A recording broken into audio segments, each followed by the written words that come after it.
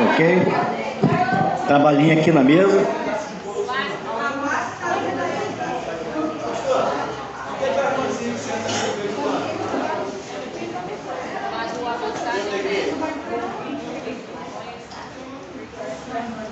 Tá. Senta ali assim, mais ou menos, pessoal.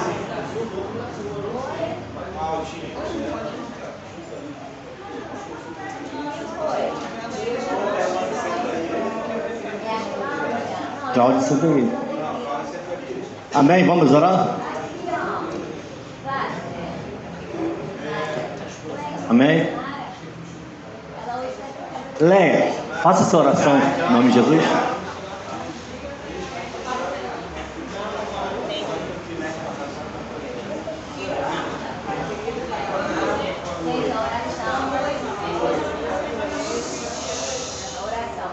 Gostaria de te agradecer por essa noite, por cada um de nós, as tuas mãos, nossa mente, assim te agradeço, desde já. Amém? Então vamos lá, pessoal. Bibliologia, teologia sistemática 1. Lá vão falar muita teoria sobre Bíblia, a Bíblia. Como, por quê, onde, quantos escreveram, o que significa, qual foi o período, por que aprove a Deus de 66 livros, né, versículos, passagens. Então vamos aí abrir as nossas Bíblias e vamos estudar bastante. Tá? A semana que vem nós vamos estar aí com a apostila. Bíblia. Trouxeram o caderno e lápis aí? Então vamos escrever isso aqui.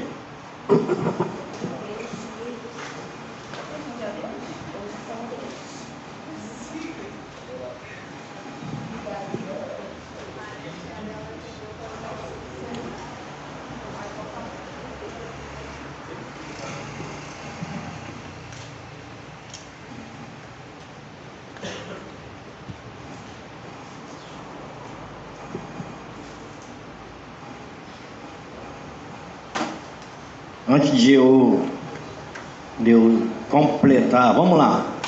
Todos aí, parados. Agora eu vou perguntar um por um. Até os visitantes, lógico, vai responder. Amém? Deise, o que é a Bíblia?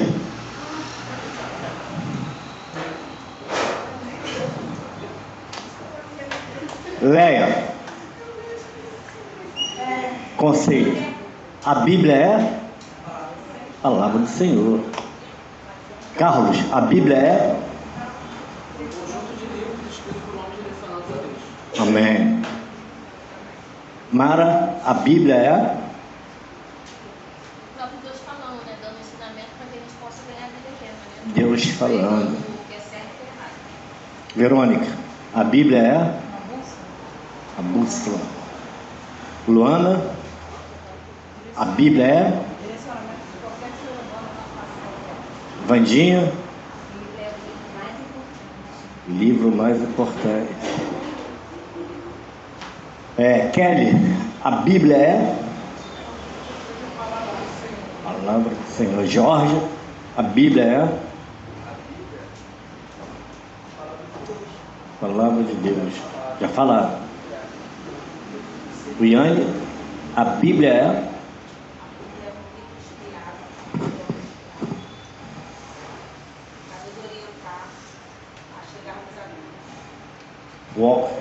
Washington, a Bíblia é A Bíblia foi escrita pelo ser grande Deus para ensinar o povo dele. Amém. Carla, não. Perla,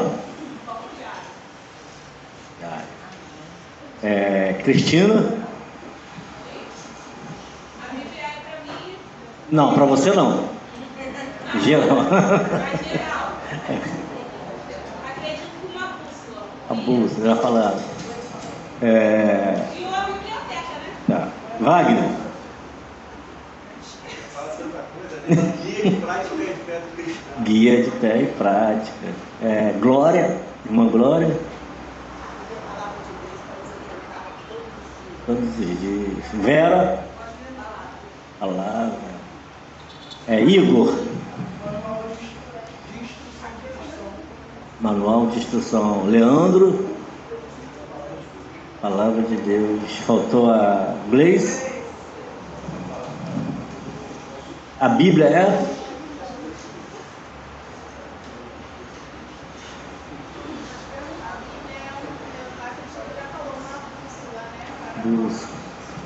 Célia?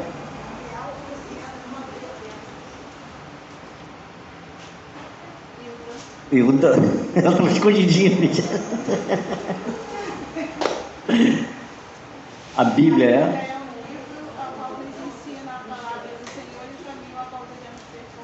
Amém. Faltou.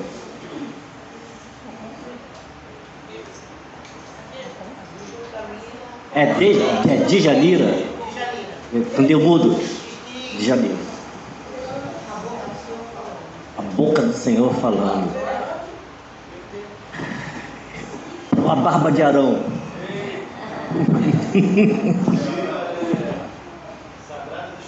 Sagradas Escrituras. Eu sei.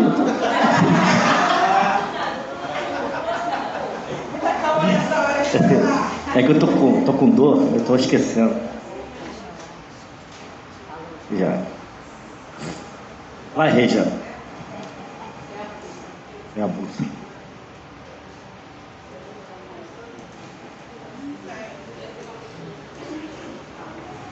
A Bíblia, no meu ver, é falada como uma espada de dois gumes. Que é a espada que entra e penetra no nosso coração, é a palavra. É a palavra. Então, amém. Faltou alguém?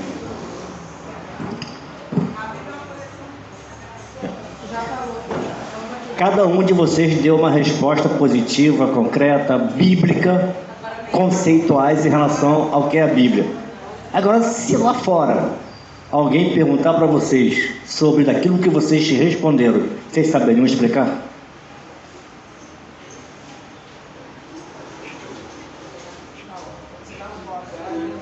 Lá no trabalho, na faculdade, na rua, um vizinho, um parente que não é crente. A resposta se eu sou o teu colega de trabalho e eu pergunto para você, mas o que é a Bíblia? Qual foi a tua resposta?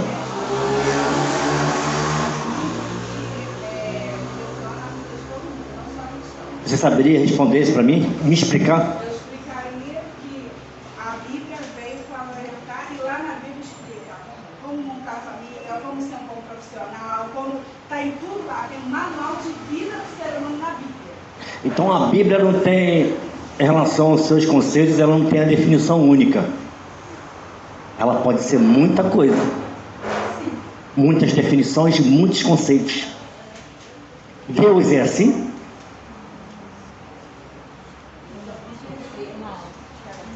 Deus tem muitos predicados, muitos conceitos.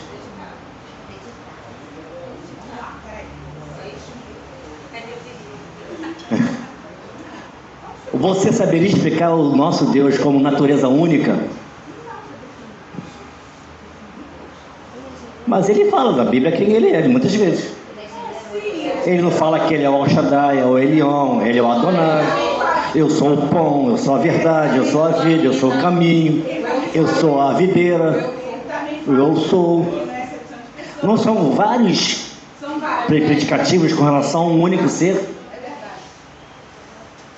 Não é? Então vamos lá para a Bíblia. Escrevam aí.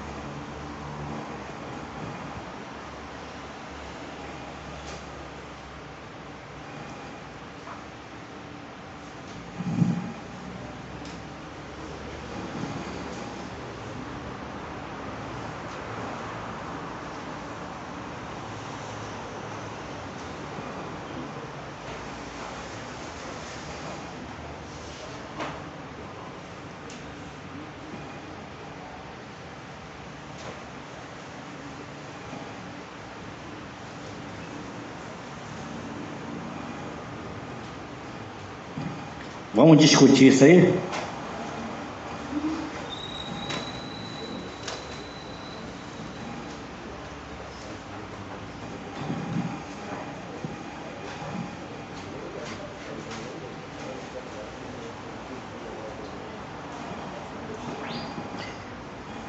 Vou querer aí 7 voluntários.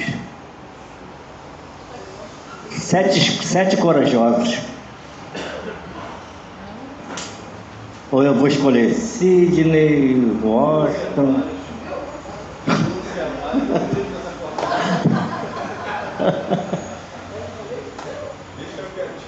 Passa lá para tomar um pouquinho. Pode ganhar uma sardinha lá.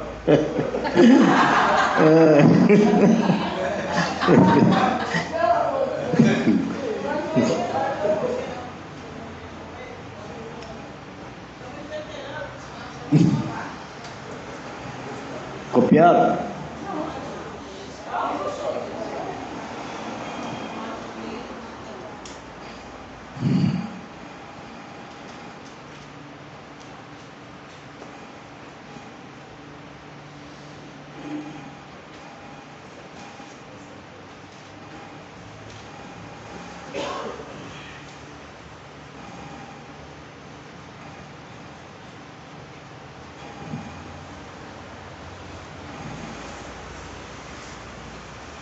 Vamos?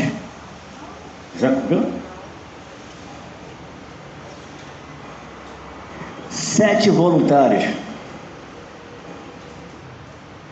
Luana 1, Wagner 2. Não, tu fez assim. Crente não volta atrás. Se ensina não.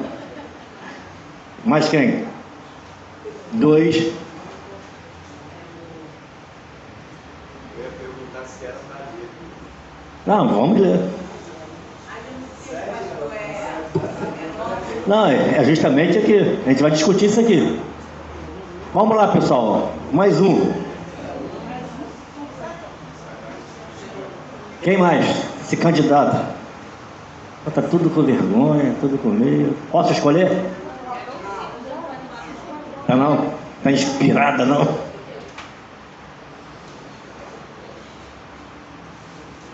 Deise, se candidata?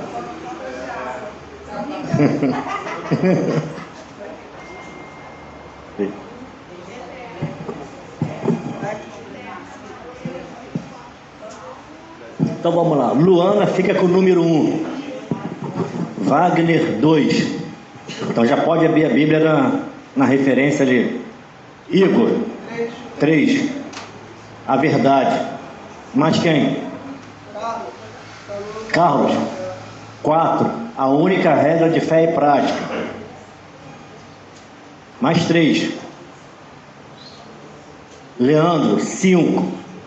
Inspirada por Deus. Hebreus 1 ou 2. Mais quem? Márcia 6.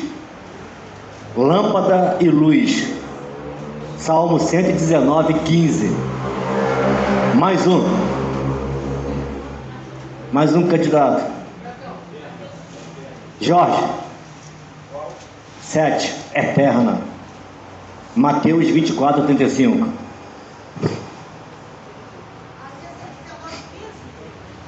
Cento 119,15. É, 119, 115. Falei 15? Salmo 119, 115.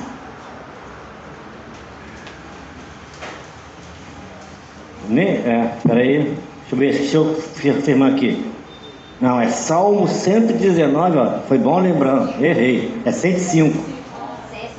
É. Foi bom, hein? Viu? Vocês estão bons, hein? É. Uma prova escrita, vocês vão acertar tudo.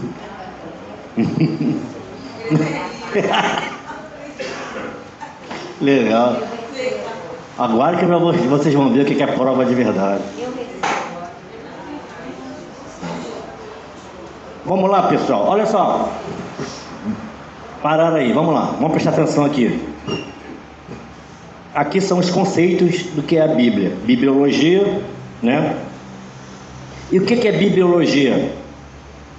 a doutrina que fala sobre a revelação de Deus nas Escrituras do Velho e do Novo Testamento. São 66 livros do Antigo e do Novo. Jesus não disse: um Novo Testamento vos dou. Agora, fazer uma pergunta para vocês: foi assim do nada? Jesus acordou e deu o Novo Testamento? Não, né? Teve todo o processo até chegar onde Deus queria que chegasse. Veio lá desde a criação do mundo, paulatinamente, até o apóstolo Paulo falar que o mistério que estava oculto desde a fundação do mundo agora foi revelado a nós. Todo esse processo. Então, o antigo ele vai ser complementado no novo. A Israel vai apontar para algo futurístico.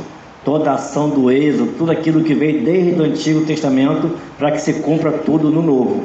Agora o processo todo para a salvação, para a evangelização, para a plenitude dos tempos, está sempre no Novo Testamento. Nós nunca podemos nos esquecer disso. Todas as mensagens nossas, todas as nossas oportunidades, beijinhos na flor, sempre tem que terminar em Jesus Cristo. Sempre no Novo Testamento. Porque o Antigo Testamento vai apontar sempre para o Novo. Tudo aponta para Jesus. Nós não podemos nos esquecer disso. Jesus é o cumprimento. Tudo que se fez, tudo que foi por Ele, para Ele, todas as coisas, tudo se completa nele. Todas as nossas mensagens, seja em Gênesis, Êxodo, Levítico, Número, Deuteronômio, Josué, Crônicas, Reis e profetas maiores, menores, toda a escritura sagrada do Antigo vai apontar sempre para Cristo no Novo Testamento. A Bíblia vai enfocar isso a gente vai aprender, né, nessa lição. Então, estamos aqui com 7 conceitos. Vocês falaram mais aí, né? Mais conceitos. Agora vamos lá. Eu perguntei para vocês o seguinte: a Bíblia cada um deu uma resposta. Agora, com uma outra pergunta eu vou fazer para vocês, antes desses 7, a gente fazer essa análise aí. A Bíblia é a palavra de Deus, ela é a sagrada letra, ela é a verdade, a única regra de fé e prática, inspirada por Deus, lâmpada e luz, e ela também é eterna. Agora, fazer uma outra pergunta: a Bíblia deve ser o quê? Amém. Outra resposta: a Bíblia deve ser praticada. Outra resposta: a Bíblia deve ser pregada. Oi? Prioridade. Alguém mais? A Bíblia deve ser ensinada, vivenciada.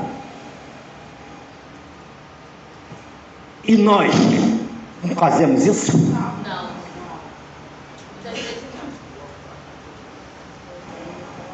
O não é 100% não, 50% não, às vezes sim, às vezes não. Quando eu quero eu faço, quando eu não quero eu deixo de fazer. Mesclado. Eu acho que é na hora da atitude, quando a gente passa por algum sufoco, né? Tipo assim, contar uma mentira. Porque hoje falam assim: tem mentira santa. Um exemplo que eu vou dar. Tipo assim, vamos dizer, a cantina deu R$50. Então, um exemplo, a cantina da igreja deu R$50. Uma pessoa fez doação de salgado, sabia que dava R$50. Na hora da venda deu 40. Aí o seu livro fala assim: diz que deu 50 só para agradar outra pessoa, mas você sabe que não deu 50, deu 40. Não, deixa de ser mentira. Nesse meio termo, você não está praticando a Bíblia. Ou você vai praticar a Bíblia, ou você vai seguir o teu líder. Você vai ter que falar o quê? Não, vou fazer porque eu sei que é mentira. O que procede, né? A mentira procede de quem? Do diabo. Então eu estou mais para agradar ao homem do que a palavra de Deus, a Bíblia. A questão da revelação de tudo isso que está aqui. E isso acontece no nosso dia a dia. Acontece. Não é? Temos aqui algumas questões sobre a Bíblia deve ser ouvida, lida e guardada, cumprida, amada, meditada, não pode ser alterada. E onde que nós nos encaixamos nisso tudo aqui? Ou eu sou parcial com relação a isso? Será que as minhas atitudes diárias, primeiro eu consulto tudo isso para depois agir? Ou primeiro eu ajo, depois peço misericórdia? Primeiro eu acho, depois eu espada de pé, corta a cara e depois pedimos desconto. Não é? Deus é amor, Deus me ama, vai me perdoar. Olha, o jornalista ateu falou assim: os cientistas estão, vou dar nome, né? Os cientistas estão abismados e descobriram que as estrelas são feitas de gás. Se tivesse lido a Bíblia antes, saberia mais tempo. A discussão sobre a terra redonda, a terra plana, lê Isaías. Exatamente. Não é? E é interessante que essas escrituras sagradas, ela mais de 1000 anos na sua composição, vários autores diferentes, tempos, e nenhum contraria o outro. E há uma exatidão até histórica e cultural com relação a tudo, sabia disso? Por exemplo, a Bíblia não diz que Josué orou e orou? A Bíblia diz que Josué orou e o que foi que parou? Mas o sol para? O sol não pode parar, que ele já é parado, ele nunca andou. Aí faço uma pergunta: a Bíblia está errada? Então por que isso? E agora? Quem me dá uma resposta? Por que a Bíblia fala que Josué orou e o sol parou? Porque o sol não deu mais luz, ficou tudo escuro. Oi? Porque ficou tudo escuro, não deu mais luz. Não.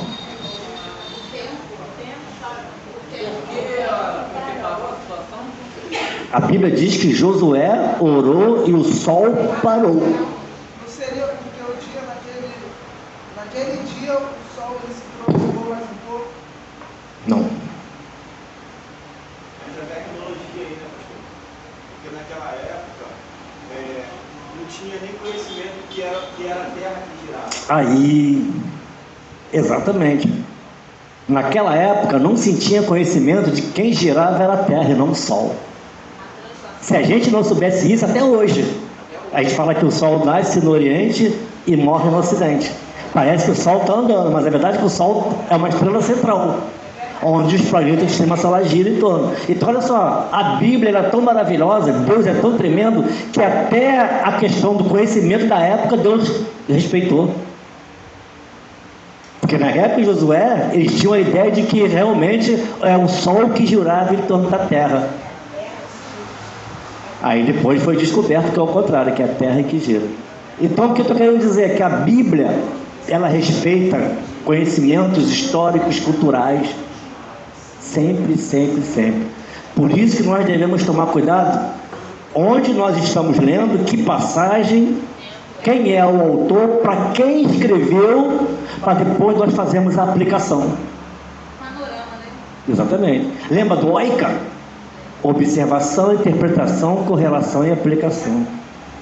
Fala, Deus. Voltando à nossa aula da semana passada, ainda é uma heresia, porque o povo ainda prega no altar porque não tem essa lógica. Mas se Deus tiver que parar o sol, ele para com você. Ainda fala isso. Entendeu? Ainda fala, ainda prega assim.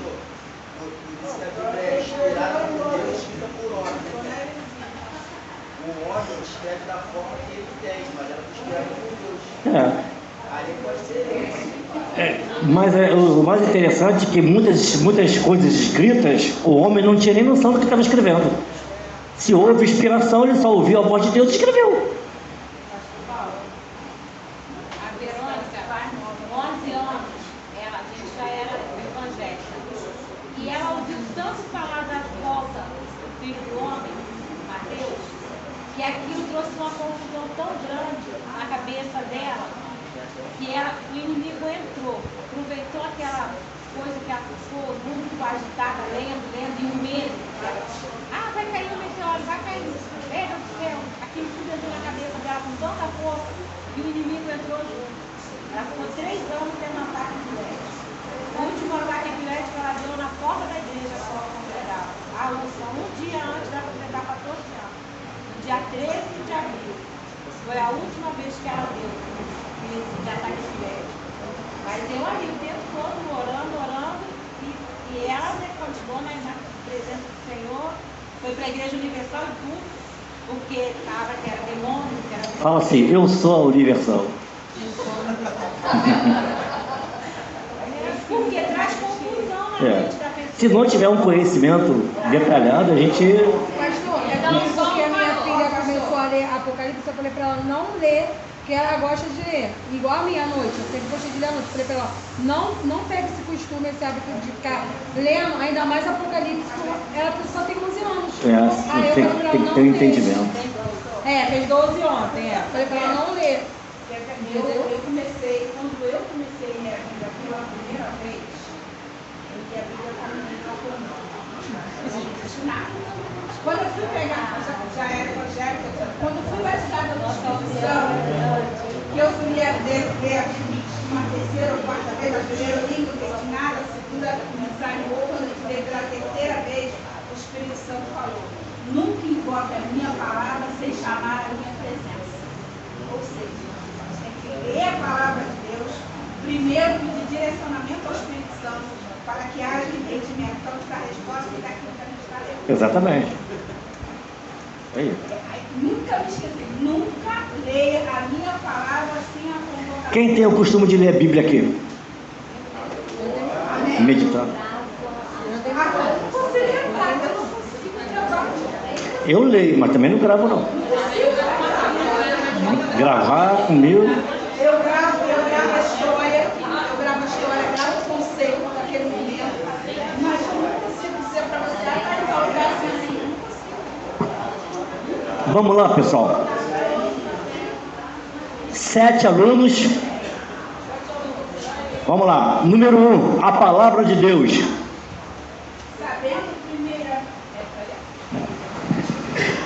Sabendo primeiramente isso, que nenhum profeta da Escritura é de particular interpretação, porque a profecia nunca foi produzida por vontade de homem algum, mas os homens santos de Deus falaram inspirados pelo Espírito Santo.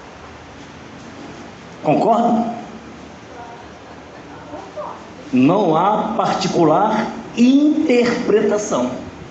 O que significa isso? E pela própria ideia.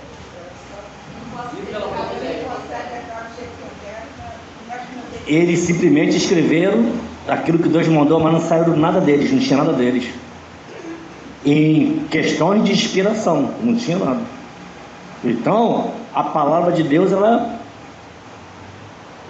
completamente inspirada, né? Igual a igreja contemporânea, eles pegam os versículos da amizade de Davi com Jonatas e interpretam do jeito que convém para eles. Eles falam que o amor de Jonathan para Davi era um amor eros e não fraternal, que é filéu. Não é um amor filéu, é um amor eros. Tem 3 tipos de amor na Bíblia, que é o eros, filéu e ágapo, né? Filéu é de pessoa para pessoa, amigos para amigos, aquela fraternidade, amizade. Era de Jonathan com Davi. O amor ágapo era de Deus para com o homem, e o amor eros é sexualidade, é o de homem e mulher, varão e varoa. Eles falam que o amor era eros. Por causa do versículo que fala que ele amou mais do que o amor de mulher. Aí vem mais uma vez que não tem interpretação nenhuma. É o amor de um amigo, né? Para com o amor de uma mulher. Um erro interpretativo. 2. As Sagradas Escrituras, e que, desde a sua meninice, sabe das Sagradas Letras, e podem fazer-te sábio para a salvação pela fé que há em Cristo Jesus. Fala. Me explica.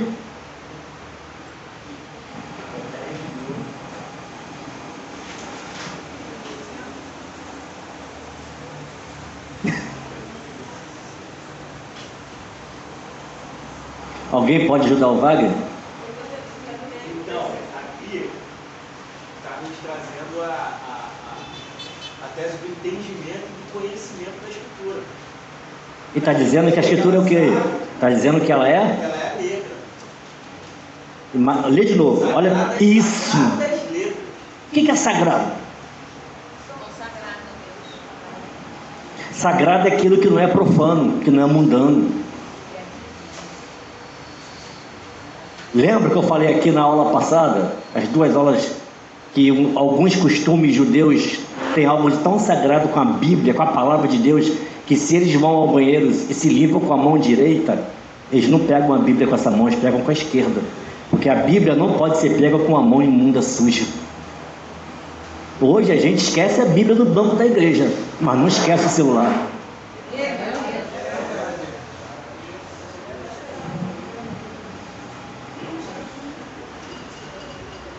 Está marcado o culto para 19 horas, são 18h55, sai correndo. Para você não chegar atrasado, se você vai deixar a Bíblia em casa, você não volta. Mas esquece o celular, você chega atrasado, mas não esquece. Mas você volta. Né? Quando diz aqui, eu até falei isso aqui uma vez, vou repetir.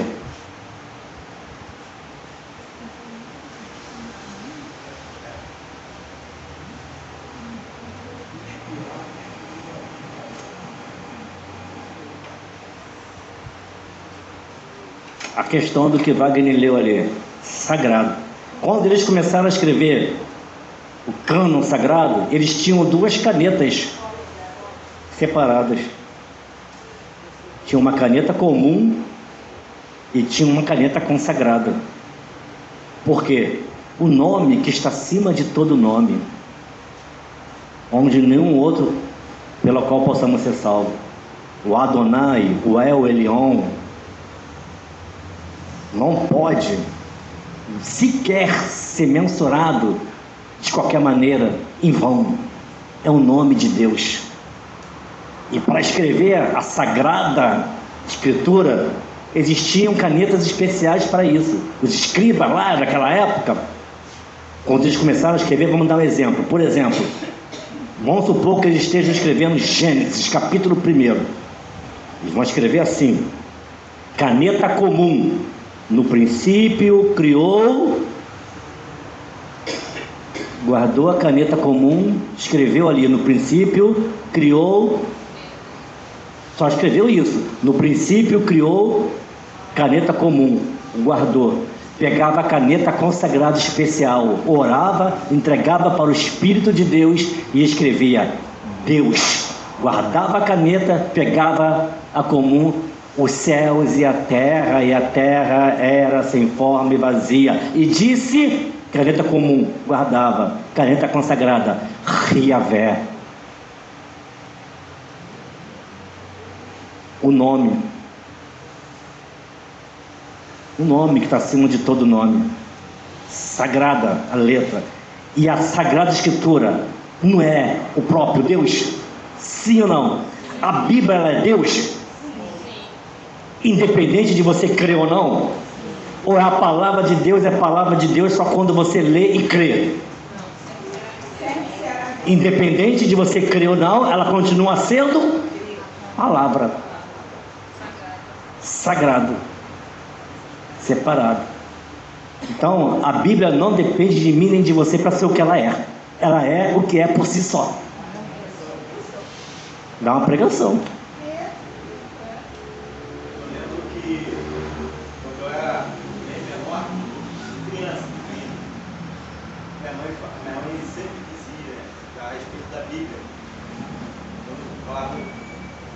Tinha algum comentário, verso dentro de casa.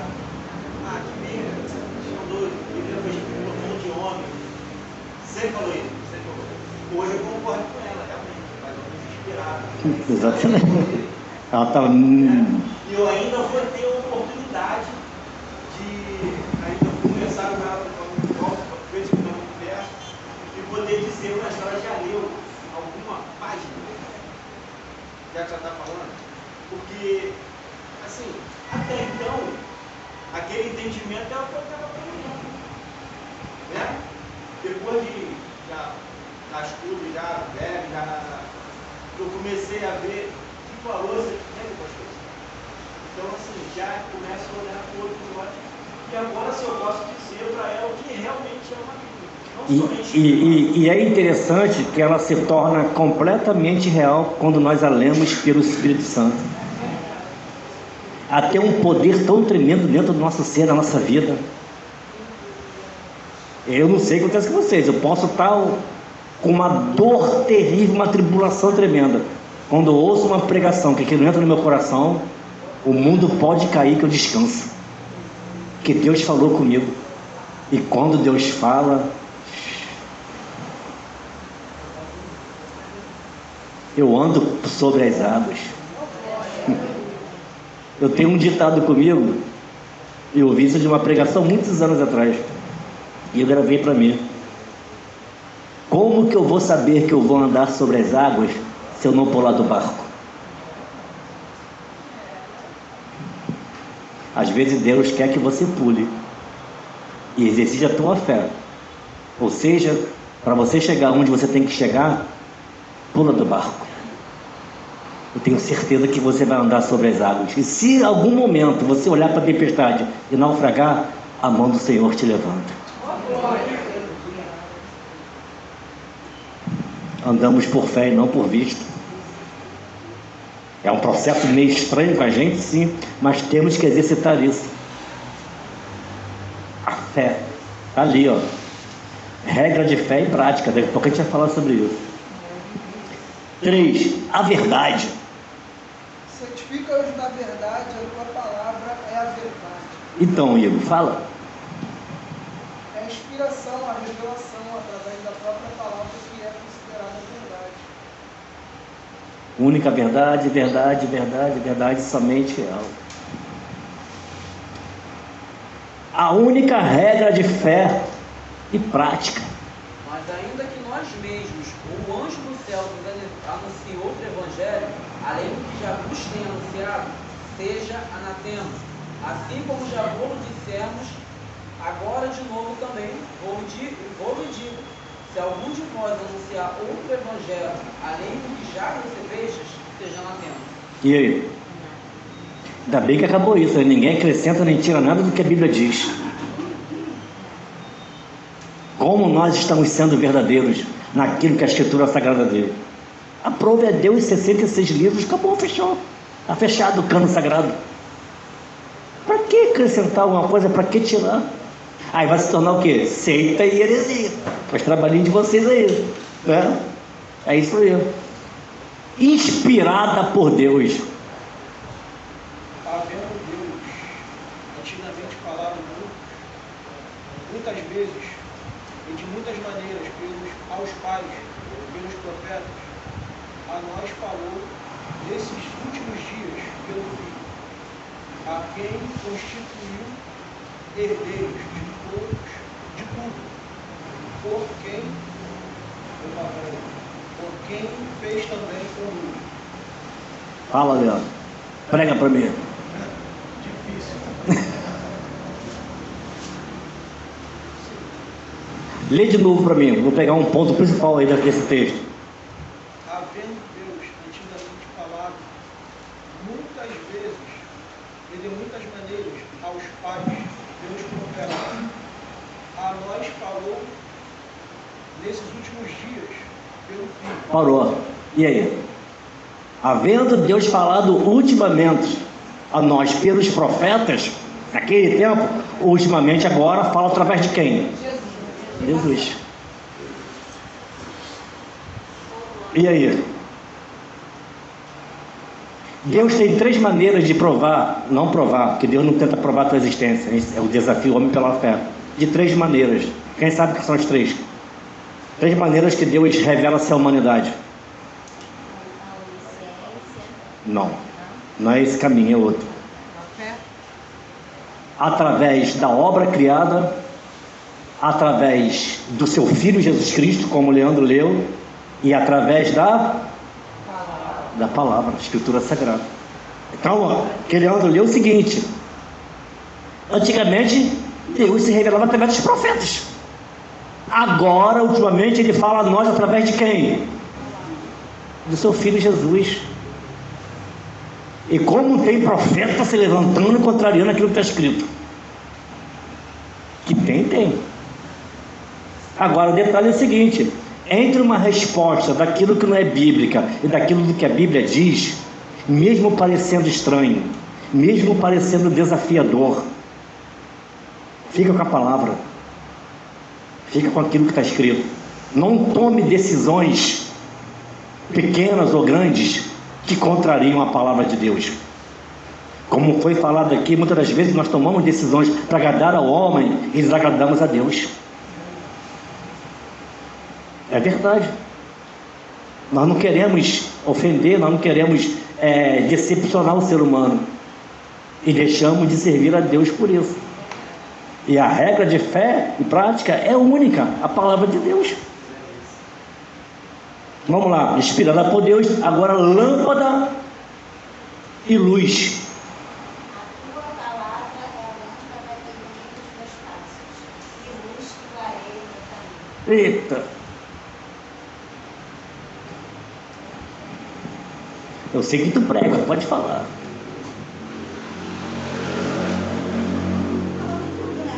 Para que serve a lâmpada?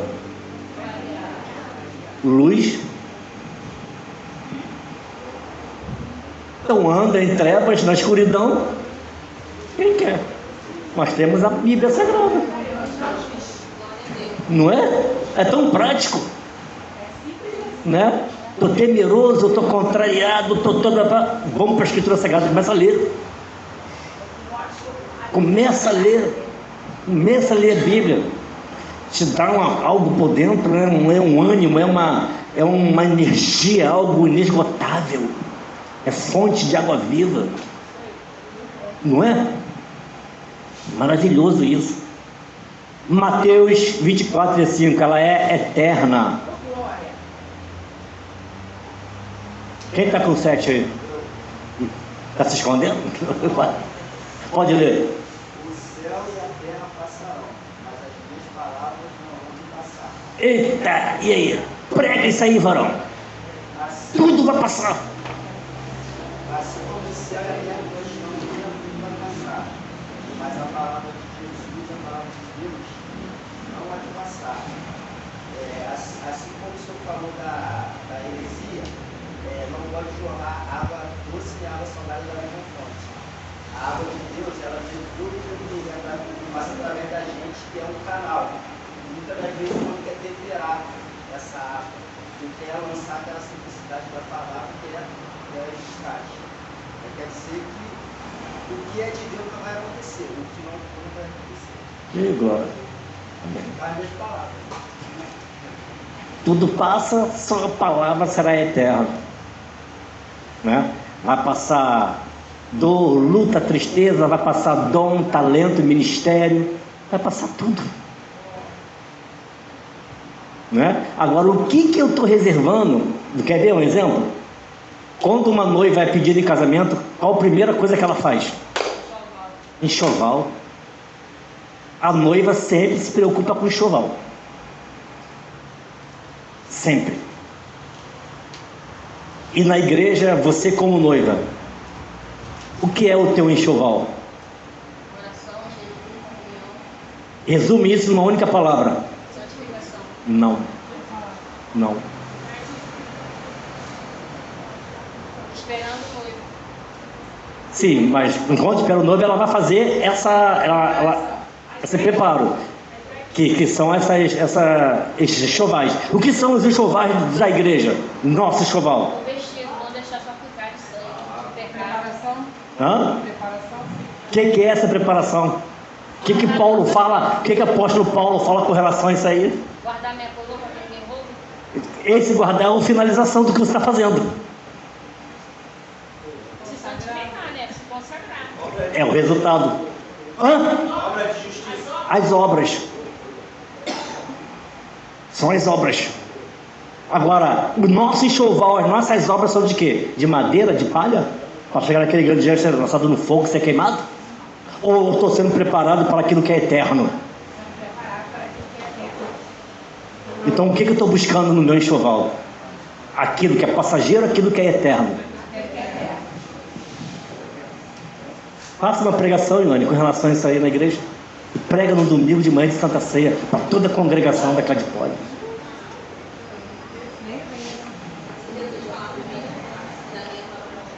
Oi?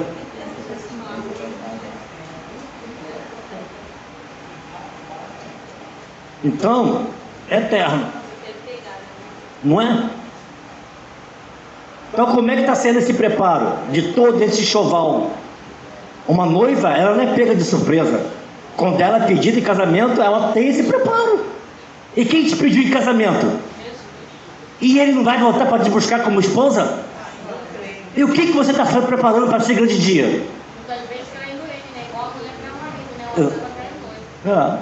Será que realmente minhas obras estão sendo eternas? É tão desesperador, porque a gente sabe data e hora quando a gente vai casar, né? Mas Jesus pode vir daqui a pouco. Então talvez dê tempo de eu me refazer como o Iane, de eu melhorar, de eu fazer algo hoje ainda para poder, mas talvez não dê tempo.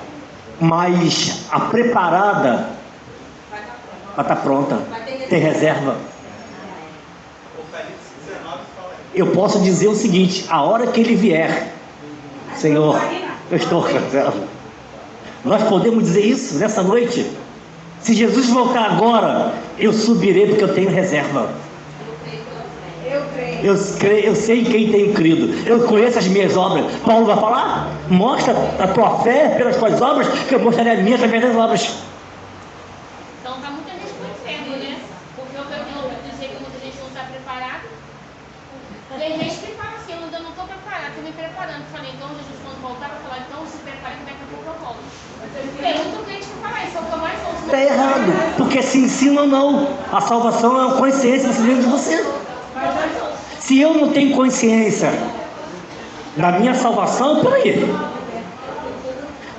Não é uma vez salvo para sempre, mas eu tenho consciência daquilo que eu sou em Cristo Jesus. Da remissão do meu pecado através do sangue derramado, eu aceitei o sacrifício. Então eu tenho a minha consciência de que eu estou preparando uma obra eterna para aquele grande dia. Nós estamos fazendo isso como igreja, nos preparando, porque quando ele chegar daqui a pouco, ou amanhã, ou depois, nós viemos ficar como as 5 prudentes. Por isso essa confissão, essa questão de diariamente porque pecados vão pecar diariamente. Nós pecamos com olhar, com palavras, com gestos. Mas o que a gente tem que entender é o seguinte, gente: o pecado que foi absolvido no sangue do Calvário não é o pecado diário, que é uma consequência da nossa carne, da concupiscência. Foi o pecado da natureza de Adão. É esse pecado que nos leva além do véu, que o sangue foi derramado para te dar uma nova natureza, uma nova vida. Se por um homem entrou o pecado no mundo, por outro veio a redenção. É esse sangue. Porque, quer ver? Quando Deus está aqui agora olhando para cada um de nós. Vou pegar alguns exemplos. Deus está olhando para a Luana, Deus está olhando para a Mara, Deus está olhando para a Verônica, Deus está olhando para o Carlos, Deus está olhando para o Ioane, Deus está olhando para o Wagner, Deus está olhando para a Kelly. Deus não está vendo a Kelly, nem o Wagner, nem o Ioane, nem a Mara. Deus não está vendo a Luana. Deus está vendo o sangue derramado. Porque é esse sangue que nos leva além do véu.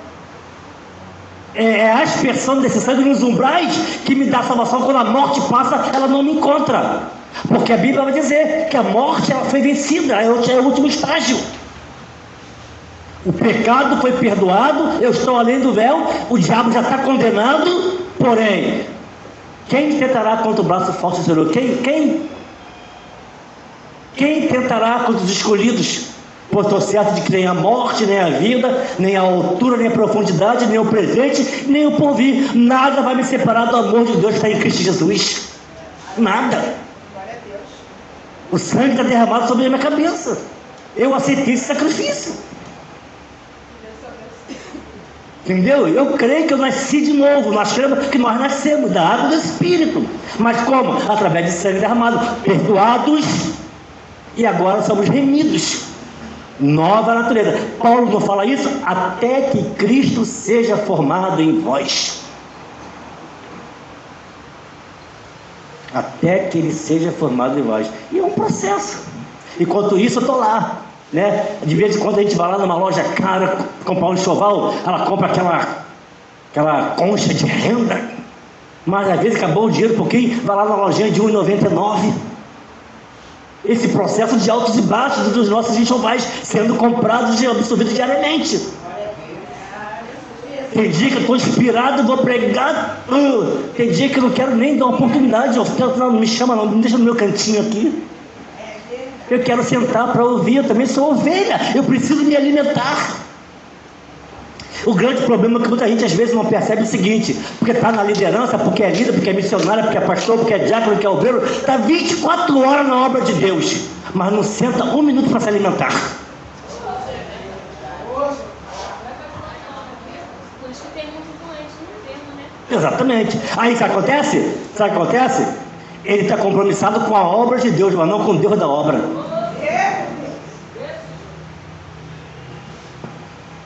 Isso acontece. Não é? Dá uma pregação, não dá? Não é lindo isso? Então nós temos que atentar para isso. Acho que o meu pai é muito sábio. Então, uns anos atrás, quando Deus me chamou, e eu fui falar com ele sobre isso, estava muito preocupada. Ele falou assim: minha filha, se preocupe, se você conheceu o povo, se preocupe pelo menos em viver o pouco que você conhece. Porque você está muito preocupado em conhecer muito, mas se você viver o pouco que você conhece, vai ser bacana para você com Deus. Não fica se preocupando. Eu estava doida, comprando um livro, um montão de coisa. Pai, me explica disso, né? Porque o pouco que você sabe, que você está buscando, vive isso que importa. Amanhã você conhece mais um pouco e vive aquilo que você conhece. Não queira conhecer tudo e não viver nada. E eu tenho quase 40 anos e ele sempre me liga para me dar esses tapinhas assim bacanas, sabe? Legal, né? Interessante. E a gente precisa tentar para isso, sabia? Nós estamos muito acelerados com a obra e não paramos para ouvir o Deus da obra. A Bíblia é sagrada. Tem gente que muitas vezes está 24 horas dentro da igreja, mas a atitude lá fora é totalmente contrária da palavra. Tempo de permanência dentro disso aqui não quer dizer nada. Não quer dizer nada. Se a gente não se ficar pela palavra, é isso aqui que vai nos dar segurança, nos dar vida, nos dar, que é a bússola, que nos dá direcionamento, isso aqui. Agora, se a pessoa não lê Bíblia, não medita, sinceramente vai sair o quê?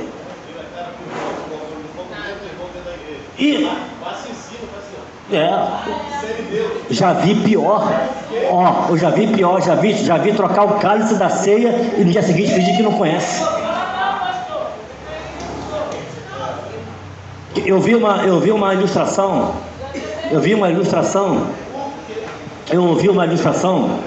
seguinte, que estava o marido dirigindo um carro e a esposa do lado, no banco de carona.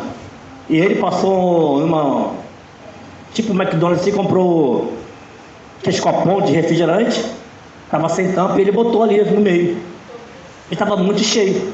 E conforme ele ia acelerando, aquilo ia entornando. Chegou uma hora que ele deu uma frigideira tão brusca que o refrigerante tornou todinho. A mulher brigou com ele. Ele falou assim: o que você queria que entornasse, saísse desse copo?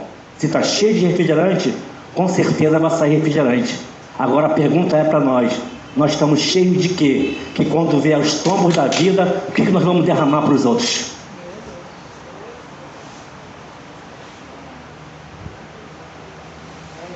Nós estamos cheios de quê? Ainda que seja rasgando, mas nós temos que derramar amor, paciência, mansidão. E como é que você adquire isso? Palavra, Espírito Santo. Tem.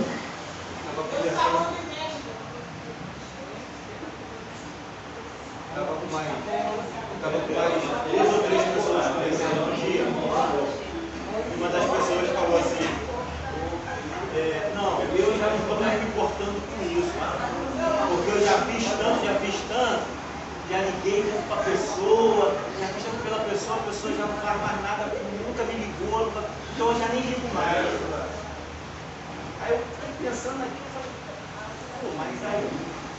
faz muito sentido, porque Deus nos ensina ir até a pessoa mesmo. Aí eu falei, pô, olha só, a situação é o seguinte, não faça nada para essa pessoa, não liga hoje esperando que ela te ligue amanhã, não fala com ela hoje esperando que ela fale contigo amanhã, não. Não faz isso não. Porque a palavra vai dizer para a gente poder fazer o bem ou qualquer coisa sem esperar nada de troca, então você tem que continuar fazendo. Porque você vai deixar de fazer, você vai estar se igualando a ela depois. Exatamente. E as nossas características são de Cristo. Eu entendo assim, você ama porque você ama. Você não ama porque outra pessoa te ama de volta. Você ama. E é incondicional. É incondicional. Você não pode pedir quanto você ama para que você receba de volta o valor desse amor. Pastor, eis a questão. Há 13 anos uma pessoa te pisa, te humilha, te maltrata. Aí você está diante dessa pessoa, né? Se você tem um encontro com Deus, você é uma nova criatura, né? E aí essa pessoa te humilha, te pisa há 13 anos. Diante de você, essa pessoa, ela está tendo um infarto. Você socorre? Socorre. Você deixa ela morrer? Tem crente que passa até por cima, deixa eu morrer. Tem sim. Tem sim. E aí você olhar assim, caraca, eu sou uma nova criatura, então eu vou ter que socorrer. Se você é cristão verdadeiro, você socorre. Foi o que aconteceu comigo. Eu me deparei com essa situação. Eu falei, se eu deixo morrer, eu socorro. Aí, claro que óbvio que eu fui socorrer. Mas perguntou para Deus? Perguntou para Deus primeiro? Cara, foi no dia de Santa Ceia, se eu não fizesse aquilo ali.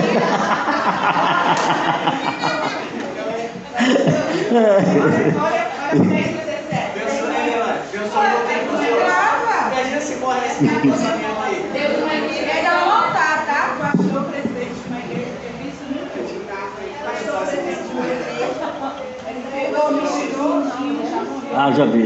sentou na porta da própria igreja, né? Sentou na porta da própria igreja, esperando os membros chegar. E aí, uns deram atenção, outros passaram direto, nem falaram nada, uns levaram a palavra de Deus, outros nem falaram nada. E eu, assim, quando ele entrou na igreja, quando ele entrou na igreja, que ele sobe no culto, que ele começa a tirar a roupa, né, de lindinho, a barba, aquela coisa, veio na minha amiga assim, não, a gente puxa saco, eu achei presidente, né? Fica ali lambendo ele, a volta dele, às vezes uns 5 para chegar no ônibus, para falar com o ser humano igual você. E como ele estava lá na porta como mendigo, poucas pessoas, pode contar as pessoas, foi 2 ou 3, eu não me engano, deu atenção para ele. Mas ele, como um pastor da igreja, todo mundo foi lamber ele. Mas será que se nós também não soubéssemos, nós não faríamos a mesma coisa? Não é? Não vamos ser hipócritas. Nós não vamos ser hipócritas. Rapidamente, Rodrigo. Quando aconteceu uma coisa assim, mais ou menos comigo aqui na Cadipog, em 2013, 2014, 10 anos atrás, eu era vice-presidente nessa época. E teve uma festividade aqui no sábado. E o pastor Henrique foi em outro lugar, resolveu um problema, não pôde voltar. Aí ele me ligou, pastor Paulo, fica lá, vai pro culto, porque eu não posso ir, tem que estar lá alguém. Falei, pastor, não estou nem em casa, falei, tá do jeito que eu estou, saí correndo, estava começando o culto, o que eu fiz? Como eu não estava a caráter, eu fiquei, né, a portaria aqui da igreja, eu fiquei do lado. E os pessoal de serviço estava ali, e eu fiquei assim, parado. E o dirigente lá, comendo culto, a igreja cheia, aí chegou o pregador da noite. Chegou, só que eu estava de camisa de gola polo, calça jeans e tênis, vim direto do centro, que foi do trabalho. Ele entrou com a malinha dele, todo produzido, falou com os obreiros todinho, entrou, nem me deu a paz do Senhor. Aí eu, sabe, gente, a natureza humana falou, falei, vou pegar ele de jeito. Porque sou eu que vou pegar, eu que vou terminar o culto. Aí, quando terminou, me chamou. Chamar que o nosso vice-presidente, o pastor Paulo Mendes. Aí eu mandei para ele. Aí eu olhei para ele assim, ele ficou tudo sem graça comigo.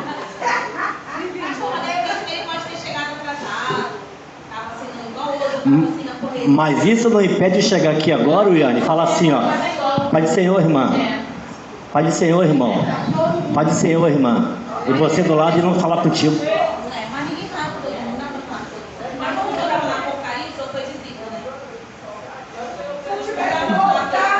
talvez eu estivesse lá na cadeira. Ele ia chegar até se ajoelhar aos meus pés. Não. Mas isso é natural nosso.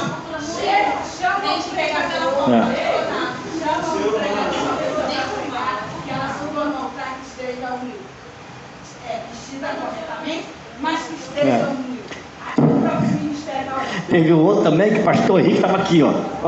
Pastor Henrique aqui, presidente. Eu aqui, vice-presidente. Ele chegou para pregar, sentou aqui do meu lado. Ele sentou, foi, orou, ajoelhou, passou por mim, falou com o pastor Henrique, pai do Senhor, não falou comigo. Ainda chegou que estava com, lembro disso até hoje, com sapatênis do Jacarezinho, ainda botou assim, cruzou a perna, ficou quase no meu colo, quase que o jacaré me morde. Mas não falou comigo. Isso não acontece aqui não. Trabalhando na concessionária de carro, não era um português. Ele sempre tinha mania de ficar assim na sacada, assim, olhando pro salão onde ficavam os carros, vendedor e tal. Desse dia chegou um velhinho, chinelinho de couro, camisinha, aquelas camisinhas de botão, mas aquelas pretinhas. Caminhou, aí abriu um carro, olhou, abriu outro, olhou, passou um vendedor por ele, passou outro, aí foi no carro. Aí eu só olhando aquela cena. Ele desceu, foi lá no senhorzinho, começou a bater papo com ele. De idade também, começou a bater papo com os dois, daqui a pouco pegou o senhorzinho, eu vou passar dele, tomou um cafezinho, uma água, quando voltou, vendeu uma S10 à vista pro coroinha e vendeu um outro carro financiado mais popular. Terminou, liberou o senhor. Chamou todos os vendedores passaram de reunião. Descascou tudo. Por quê? A tendência é essa, pela aparência. Aconteceu isso comigo mais ou menos. Eu falei que ia dar um telefone pro meu filho em dezembro. Ele passou, foi 39 alunos, foi um dos 8 que passou direto. Só que eu fiquei sem dinheiro, não dei. Aí quando eu ia entrar de férias do correio, agora, falei, Samuel, eu vou te dar. Ele queria um iPhone 13. E ele ficou 2 meses sem celular. Falei, pô, tá caro, 4 mil e pouco, aquele outro dia, mas espera um pouquinho, espera que vai chegar. Aí quando o dinheiro chegou, eu falei, vou lá. Liguei para minha esposa, ela foi depois, quer fazer um exame, e eu fui. Eu fui na... Vou falar o nome da loja, não. Tá gravando. Assim, diante de Deus, eu entrei. Fui de camiseta, chinelo, entrei na loja. Passei por 500 vendedores, ninguém me deu atenção. Parei nos celulares, olhei, liguei para minha esposa, estava vindo. Paulo, tô chegando aí. Falei, tá, tô vendo aqui o celular. Aí chegou um vendedor. Pois não, quer alguma coisa? Você disse, quero ver um iPhone 13. Ah, nós temos aqui esse modelo que está lá em cima. Foi, pegou, você, vou pegar, vou comprar. Vai, vou. Espera aí, vou ligar para minha esposa, tá chegando. Fui, peguei o telefone. Passei por 10, 15 vendedores, ninguém me deu atenção. Perderam a comissão. Que não dão crédito para nós. Agora vamos lá, falamos de tudo isso. Aqui que Isaías fala: quem deu crédito à nossa pregação? Nenhuma beleza havia nele que pudéssemos. Será que isso aí não é uma prática de Cristo? Do próprio Deus? De procurar, se a Bíblia fala procurar, porque tem que ser encontrado. Adoradores não são fabricados, eles são lapidados, só tem que ser encontrados. Por isso que ele procura. Só que não é pela sua beleza, pela sua formosura, pelo teu traje, pelo seu terno, mas é pela sua essência. Rapidamente, Rodrigo, está na fila. Cara, quando estávamos falando sobre ajudar o próximo e até mesmo essa questão de nascer novamente, eu acho que enquanto ainda para facilitar o meu entendimento, eu penso da seguinte forma: enquanto Cristo é formado em mim ainda, que estamos ainda nesse processo, eu escutei uma vez que para mim fazer o bem, fazer a justiça, né, ajudar o próximo, mesmo que não mereça, com aquela questão ali do IFA, é esperar não da pessoa, como o nosso diácono Wagner falou, mas eu espero de Cristo, olhando para Cristo, para a eternidade. Porque eu sou servo, eu estou fazendo porque Ele, eu penso dessa forma para me ajudar. Porque se eu for olhar com meus olhares, eu não vou ajudar. Eu não vou pegar e fazer isso porque eu amo a pessoa. Não, ainda estou sendo formado. Mas eu estou fazendo isso porque o meu Senhor, Cristo, e Ele vai me dar, Ele vai me pagar, Ele vai me dar recompensa. Essa essência de Cristo em você faz com que você aja dessa maneira. Não é isso que Mateus fala? Ouviu o que foi dito. Aonde? Na lei. Olho por olho. Eu, porém, vos digo. Olha só. Adversativo. Ouviu o que foi dito. A lei. De quem? De Moisés. Agora aí Jesus chega e fala assim: eu, porém, vos digo, amai o que vos odeiam, bendizei que os maldizem. Para quê? Porque tu és filho de Deus. A Bíblia fala isso? Olho por olho, dente por dente. Eu, porém, vos digo, amai quem vos odeia, bendizei quem vos maldizem, porque você é filho de Deus. Não é isso que a Bíblia diz? Não é? Hein, pessoal?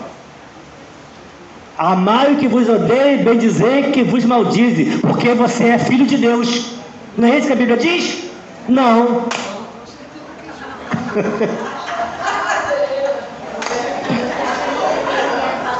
Ó o que a Bíblia diz. Ó.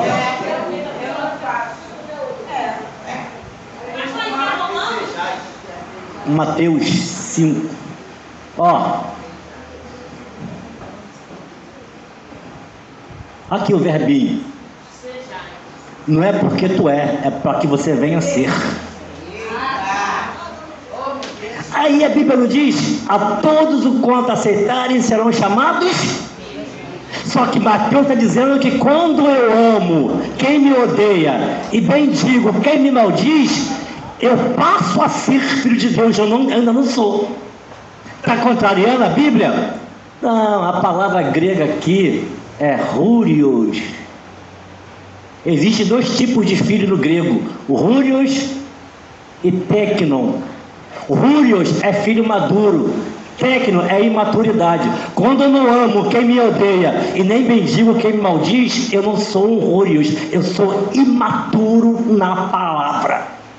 Agora, quando eu consigo amar como Cristo, Pai, perdoa porque não sabe o que dizem, estou sendo esbofeteado, estou sendo escarnecido, estou sendo maltratado, estou sendo injuriado, estou sendo maldito, mas eu estou perdoando. Quando eu começo a perdoar tudo isso, eu passo a ser um filho maduro na presença de Deus. Então tenhamos a maturidade e fazer o bem a mesmo quem não mereça. Mas não posso amar essa pessoa bem distante de mim, né? Pode. Não manda ele na minha casa. Agora meus filhos não querem. Você lembra da nação de Jacó?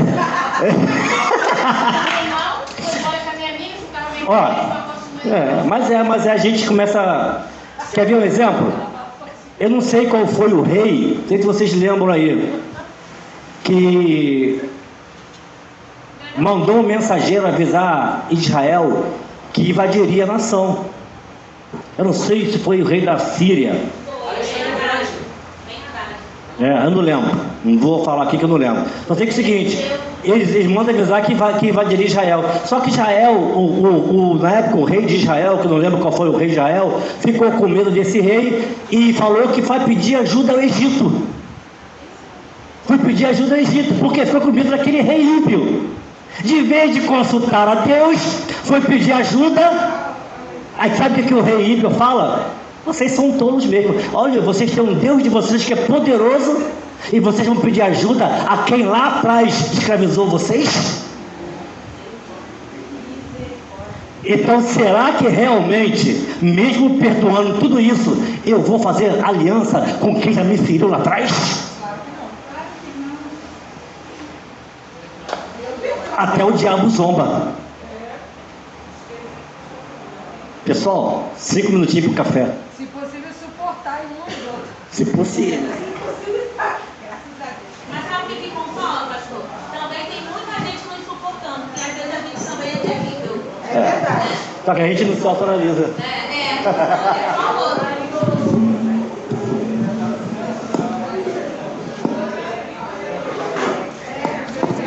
Quero de vocês uma resposta. Qual é a resposta de vocês? Ganha a maioria. A apostila semana que vem vai estar aqui na mão. Só que tem 149 perguntas no questionário. Coisa linda. 149. Diante dessa matéria. O que vocês querem? Responder as 149 perguntas, valendo como nota ou uma prova?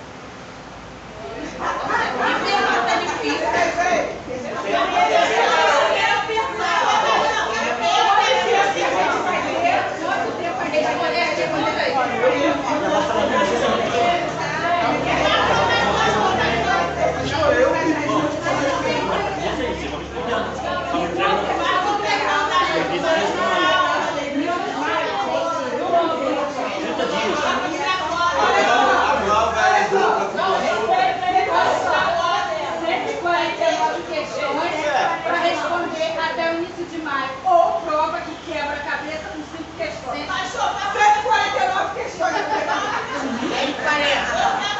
Só que detalhe, as perguntas não estão falando não. Se me responder o que está dentro da apostila, ou então na Bíblia de estudo no rodapé, eu vou saber. Olha só.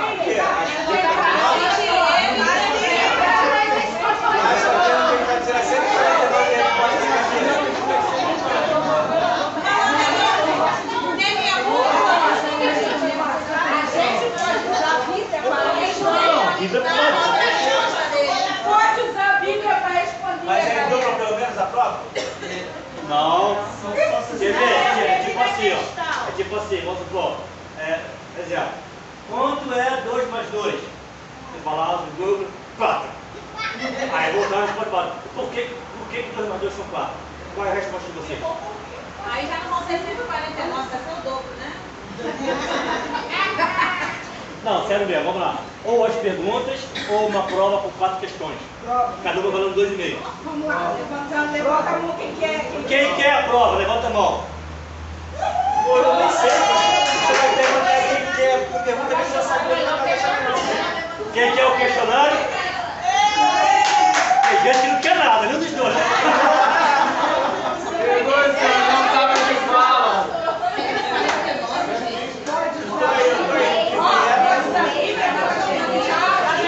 Só não quero decorar, mas tá bom, então semana que vem tiver isso aí. Atrás, você não tá com a postura na mão. Ok. Vamos lá. Vamos dar isso aqui. Vamos lá. Conhecimentos gerais. A Bíblia contém 66, certo? Dividido em 2 partes. Quais são? O Velho Testamento contém quantos livros?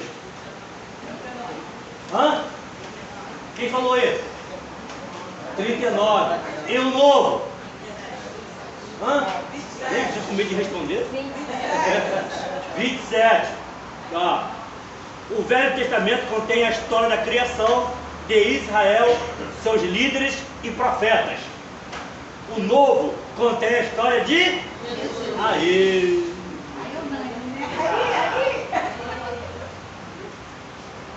Mateus, Marcos, Lucas e João falam o que de Cristo? Que é quando eu relato uma vida de alguém, estou fazendo uma biografia. Mateus, Marcos e João, os 4 fazem a biografia de Jesus Cristo, mas cada um com uma característica diferente. Detalhe, Mateus, Marcos, Lucas e João, todos os 4 são unânimes com as suas revelações. Só que somente Mateus e João andaram com Jesus. Marcos e Lucas não conheceram Jesus pessoalmente. E ainda assim são evangelhos sinóticos. Cada um escreve os 4 evangelhos. É o livro ou carta? Livro. Não. Carta? Qual foi a pergunta que você falou? Os 4 evangelhos, é um livro ou uma carta? É uma carta, fazendo uma declaração. Uma declaração biológica para um destinatário. Se é carta, tem um destinatário. Não é biografia de Cristo? Sim. Mateus cai para quem? Mateus cai para quem? Para os judeus. Marcos, romanos. Lucas, grego. João, não. Pode ser, mas tem outra palavra. Novos convertidos, a igreja. Então cada um vai fazer uma biografia de quem era Jesus, na sua, como um escreve para os judeus, outro para os romanos, outro para os gregos e outro para a igreja, não contigo, cada um tem uma visão diferente de quem é Jesus. Se Marcos vai querer para os judeus, Marcos vai trazer a biografia de Cristo como ele sendo o Messias. Por quê? Porque os judeus esperavam o Messias vindo da tribo de e da linhagem de Davi. Marcos vai escrever para os romanos. Cada um dos 4, vamos lá, tem algo interessante. É isso aqui, ó.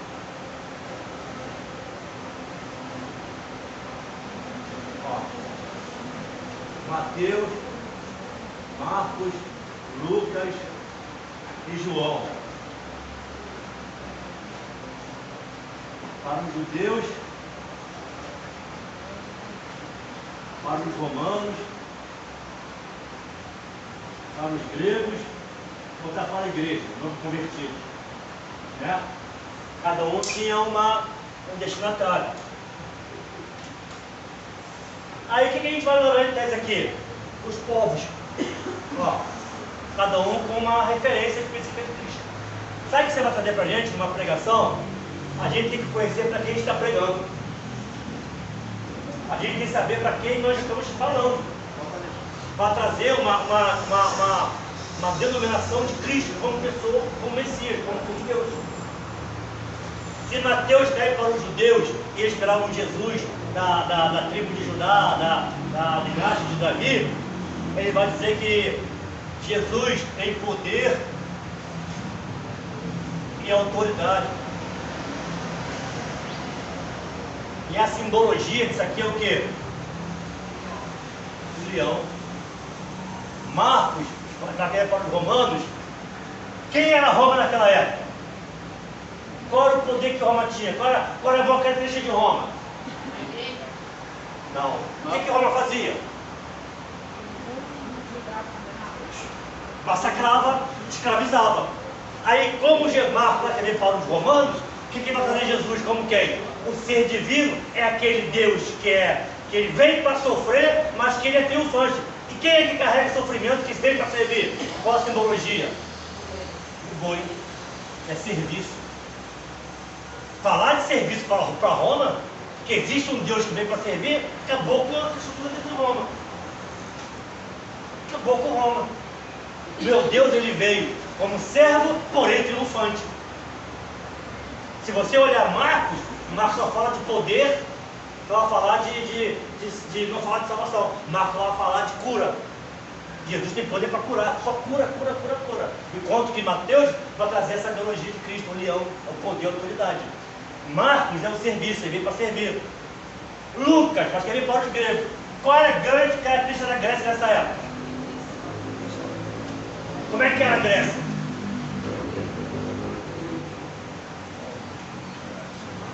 Lucas vai escrever para os gregos. A carta dele veio com um amigo dele, chamado quem? Teó. O que quer dizer Teó? Amigo de Deus. Teó, Deus, filho, amigo de Deus. Vai escrever para os gregos, chamado Teó. Como é que era a Grécia? A Grécia tinha como centro da divindade o homem, o ser humano.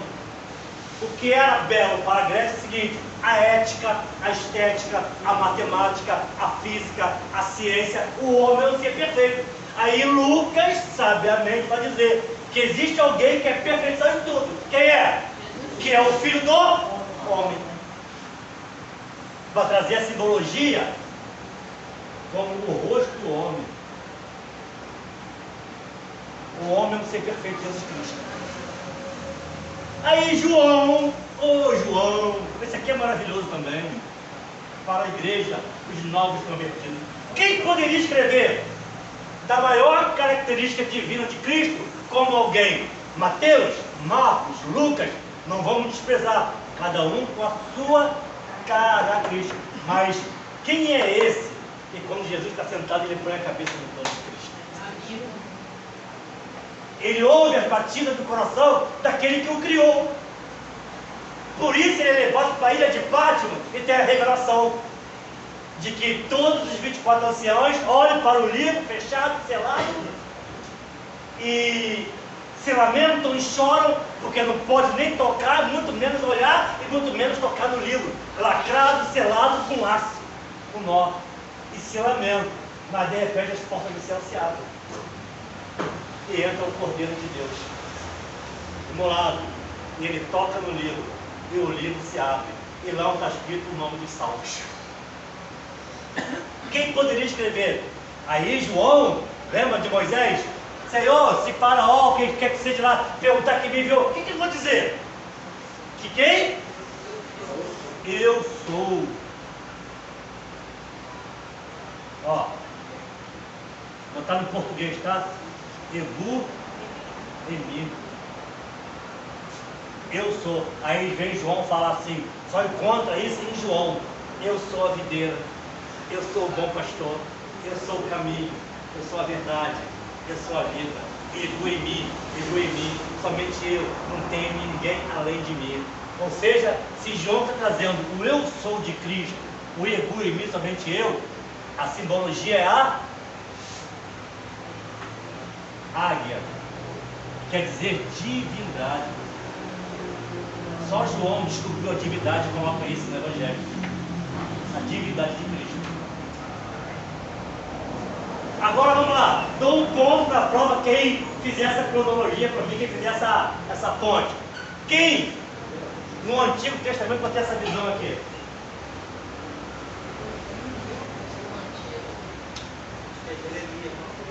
Jeremias?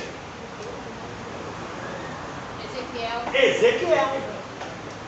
Eu vi uma mão com 4 rostos. E nessa mão tinha o leão, o boi, o homem e a águia. Ele está apontando para o Novo Testamento, a biografia de Cristo.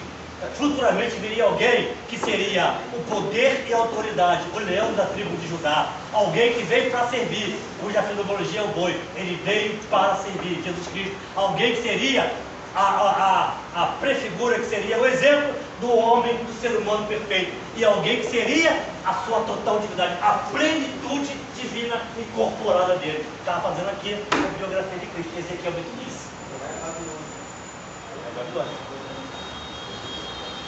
Ok? Oi? Entenderam? Então cada um com a sua característica na Bíblia. Mateus, Marcos, Lucas e João, né? Cada um com a sua característica escrita para algum povo. E aí está sobre Jesus aí. Vamos lá. Foi escrita em 3 línguas originais. Quais são? As 3 línguas da Bíblia originais: hebraico, aramaico e grego. Isso aí. Por que ele fala que ele é o alfa e o ômega? Por quê? Exatamente. O anel da formatura de vocês, quando vocês se formarem em teologia, o anel vem o alfa e o ômega. Dois lá. E a pedra é a ametista, é lilás, né? É vermelhado. É o símbolo da teologia. Vocês vão ter a formatura de vocês. Amém. Entendeu? Vamos lá. Eu tenho, eu deixei em casa. Estava me incomodando, tá lá. Eu formei em 2011. E tem salvando até hoje. Que vontade tem de sentar naquela sala no final do ano. Eu ficava assim, ó, os professores. Eu usava tudo que eles falavam. Está tudo guardado em casa até hoje. Tudo guardado, tudo guardado. Vamos lá. Hebraico, aramaico, né? Hebraico, a maior parte do Velho Testamento. Aramaico, parte do Velho, e do grego koiné, que é o grego comum, comercial, do Novo Testamento. Tem cerca de 40 autores, escrita no período de quanto tempo? 1500 anos. De Gênesis e Apocalipse, foram média de 1500 anos de escritores. E nenhum deles se conheceram na data final, e todos eles falam a mesma coisa. Não há contrariedade. Eu estava falando aqui para a irmã Mara de que a Bíblia, no seu contexto espiritual, nós conhecemos através do Espírito Santo. Mas quando a gente olha o conceito dela, histórico, cultural, geográfico, ela é completamente exata. Essa causa tão perfeita tem que ter a mente do causador perfeito. Não pode ser o acaso. Não tem como ser o acaso. Só uma mente muito perfeita vai construir algo tão perfeito. 1500 anos com 40 homens falando da mesma coisa. Ezequiel apontando. Como que Ezequiel sabia que existia Marcos de João? Como? Existe eu não vou afirmar, posso conjecturar fora, mas eu vi isso na ilustração. Por que quando Natanael vai pregar para Natanael? É Filipe, né? É fugir. É Filipe que vai até Natanael anunciar Jesus? Sim. Que Jesus está na Galileia. Sim. Ele vai lá, havemos aquele que chegou, que nós esperávamos, que é o Messias, está lá na Galileia. Poxa, de onde que ele é? É de? Nazaré. Nazaré. Aí a resposta, sai alguma coisa boa? Porque Nazaré tinha uma fama, né? Como era a nossa fama antes de Jesus? Quantos duvidaram de nós? E agora tem que baixar a guarda. Não é? Mas então, vamos lá. É que eu estou com dor no mundo. Aí, vem lá para o telefone. Aí se eu parar, eu tenho que ser assim, direto. Paulo hebraico, a língua no Antigo Testamento, é uma parte. Isso, então, aí fala de Natanael. Eu vi isso na ilustração. Não vou afirmar que isso é verdade. Vocês podem pesquisar um fundo histórico aí de vocês. E quando Natanael vai pegar para Natanael e anuncia que Jesus está na Galileia, quando ele sai do deserto, né, ele vai para a Galileia, todo aquele processo, vai montar a igreja ali, com os pescadores. Né? Aí é que a gente não consegue entender muita coisa, né? Por quê? Jesus ele venceu o mal, venceu a tentação, foi servido pelos anjos, em vez de ele voltar para a igreja, em vez de ele voltar para Jerusalém, ele vai para Galileia, o pior lugar que se poderia ser notícia para montar uma igreja. É por isso que o mundo lá fora não entende como você está no Evangelho hoje sendo a igreja de Cristo. Eita! Ele vai pegar as piores pessoas, as piores coisas para confundir com as sábios. E temos todos dentro. Mas estou querendo dizer, aí ele vai e anuncia para Natanael. E Natanael, vou lá, quero conhecer. Só que depois que Filipe anuncia Jesus para Natanael, ele não dá mais característica de Jesus. Qual é a resposta dele que fala para Natanael? Vem e veja. Meu papel é anunciar, não é abrir e pôr Jesus lá dentro. Eu anuncio e a pessoa experimenta. Só que nós queremos forçar a barra. A ação de convencer é do Espírito Santo. Vinde e veja. Natanael foi de encontro para lá, para Galileia, se encontrar com Jesus. Né? O que eu estou falando aqui? Da questão dos 1500 anos, dos 40 escritores, da Bíblia ser tão exata no seu sentido cultural, espiritual, geográfico, só uma mente de alguém muito perfeito. Como eu estava falando com a Mara, para ter isso, essa formação cultural, espiritual da Bíblia, ela se completa, ela é exata, ela é verdadeira. Se auto-explica, não tem erro, não tem dor, não tem nada. Aí quando Natanael chega e vai para Jesus, o que Jesus fala para ele? Aqui onde é o verdadeiro israelita, onde não há ídolo. Mas antes de dizer, não tem uma resposta, quando Natanael vai chegando, Jesus não fala algo para ele? O que ele fala? Quem lembra? Oi? Antes que tu viesse a mim, viu tu debaixo de uma... Já pegaram essa ilustração? Já pegou isso aí? Nunca pegou isso aí? Quem já ouviu falar essa ilustração? É por isso que eu não vou afirmar que seja verdade. Estou falando com uma conjectura. Alguns dizem o seguinte, que na época que Jesus tinha 2 anos de idade, quando Herodes descobre que o rei dos reis viria, ele manda matar todas as criancinhas de 2 anos de idade. Não é? Tanto que Deus fala para Maria e José fugir para o Egito com Jesus pequenininho. E todas as crianças a partir de 2 anos de idade, tinham 2 anos, meninos, eram mortos. Por quê? Poderia ser o Messias, o Jesus. Né? Isso foi na cultura, na questão exata, como também no espiritual, tirado pelo lado de Satanás, que queria desmontar o plano de Deus. Só que ele foge para o Egito, só volta depois que Herodes morre. Só que, como começa a matar as crianças de 2 anos de idade, alguns dizem o seguinte, que Natanael teve a mesma idade que Jesus Cristo.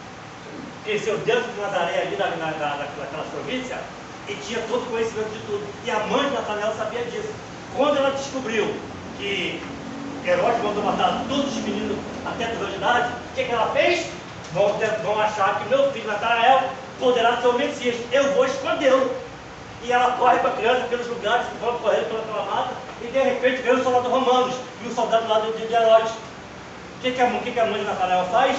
Para poder acalmá-lo, pega, bota a mão na boca dele e pega, senta debaixo de uma figueira, pega um montão de folha seca, esconde o menino debaixo da folha e tampa com as folhas de figueira. Ela o menino vai crescer e a mãe dizendo, nunca diga para ninguém que eu escondi você debaixo de uma figueira. Só 3 pessoas saberão, eu, você e Deus.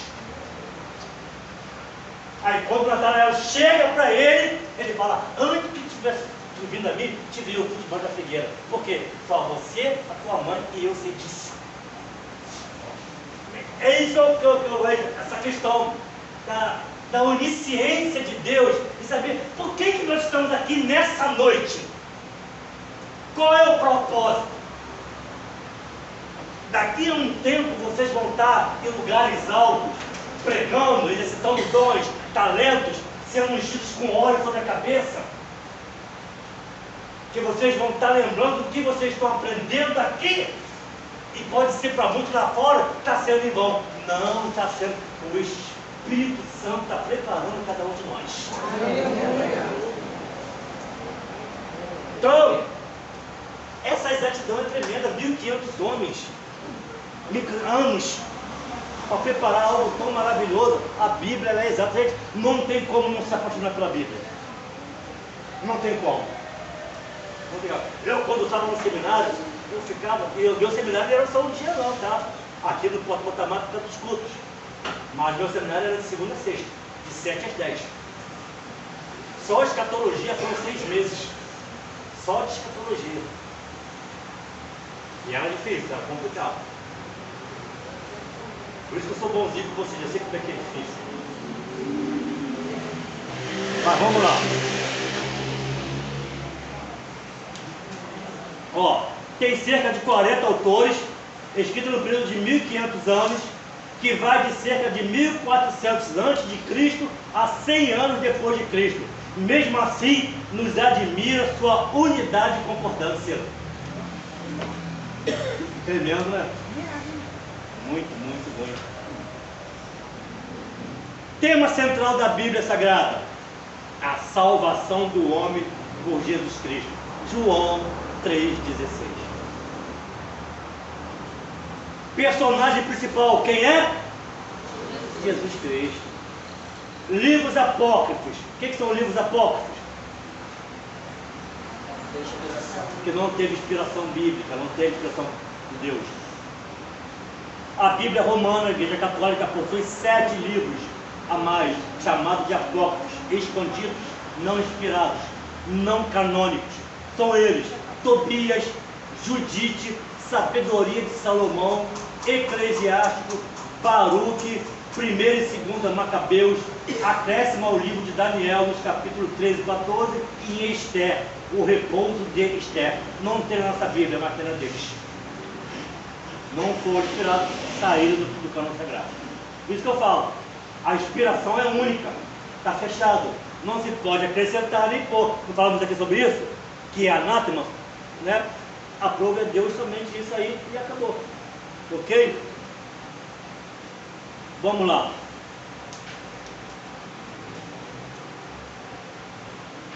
É uma coleção de pequenos livros. Quantos livros são? 66 livros. A nossa pregação, a nossa inspiração, a nossa eficácia com relação a evangelizar vai partir do pressuposto do Antigo ou do Novo? Antigo Testamento ou do Novo? Onde eu foco? Por que, Luana? Porque vai se confirmar, é para se confirmar tudo que já foi dito no velho. Então a gente tem que pregar o que já terminou, que é Jesus. Então, se eu te der uma prova para responder essa pergunta, assim dessa maneira, concordo com o Luana ou você discorda? Ou acrescento algo? Entenderam a pergunta? Mas pode ser também do Antigo ou só do Novo, como o Luana falou? Pode pegar o Pegar o velho, mas tem que terminar no Novo Testamento, que é a confirmação de Jesus. Exatamente. Porque o Então, se eu estou lá falando de Daniel, se eu falo de Daniel, se eu falo lá tem que terminar no Novo Testamento. sempre apontando para Jesus. Não é isso? Sempre, né? Qualquer assunto bíblico do Antigo vai trazer o Novo. Nós chamamos isso de correlação. Nós estamos correlacionando textos bíblicos. Sempre no Novo Testamento. O Novo Testamento é a nossa inspiração, é a nossa base. Certo? Eu já vi mensagens que o camarada começa no Antigo e termina lá no Antigo. Nem sequer falou o nome de Jesus Cristo na pregação dele.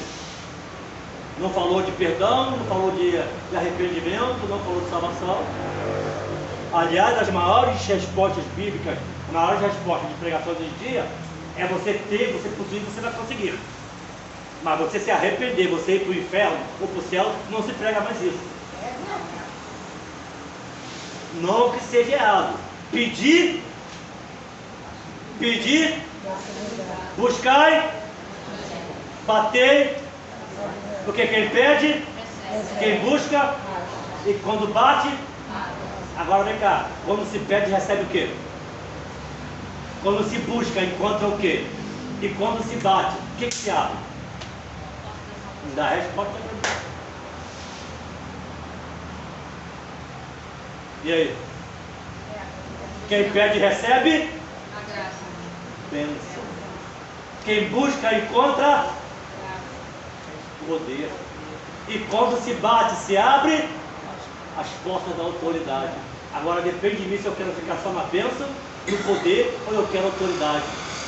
Bênção é bom, muito bom, mas eu não quero só isso, não quero só receber. Eu quero alcançar patamares mais altos, eu quero me elevar, eu quero subir a escadaria. Então eu não só peço, eu não estou só no campo mais só de pedir.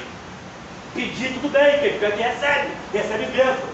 Só que eu já passei dessa fase, eu não quero só receber bênção, eu quero ir muito mais além. Eu quero estar mais consagrado, eu quero mergulhar no oceano, eu quero adentrar na floresta de Deus, eu quero pegar na Bíblia Sagrada e mergulhar na Escritura Sagrada, porque eu já recebi bênção, eu não quero só ficar no campo da bênção, eu estou indo mais além, agora eu estou buscando, quando eu busco eu encontro poder, só que detalhe, poder se perde, é passageiro, é terreno. Eu não quero nada que se perca, nada que é passageiro e nada que é terreno. Eu quero que algo seja duradouro. Então o que eu estou fazendo agora? Eu vou bater. Quando eu bato, abre-se as portas. A porta da autoridade. Só que a porta da bênção e da maldição. Quando as portas da autoridade se abrem, agora eu não estou só na bênção e nem no poder. Agora eu tenho autoridade. E a autoridade é o seguinte, detalhe.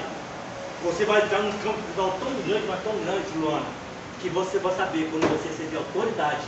A autoridade, ela é permanente, ela não se perde, ela vem do alto. Poder se perde, é transitório. Autoridade, não. Então você agora não está só no campo da bênção, nem do poder. Você está acima, você agora está com autoridade.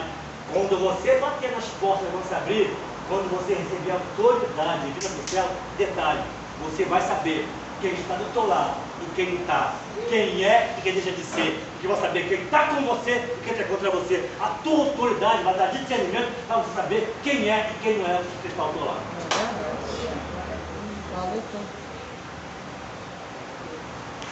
E isso é verdade. Isso é real. Isso é real. Acontece.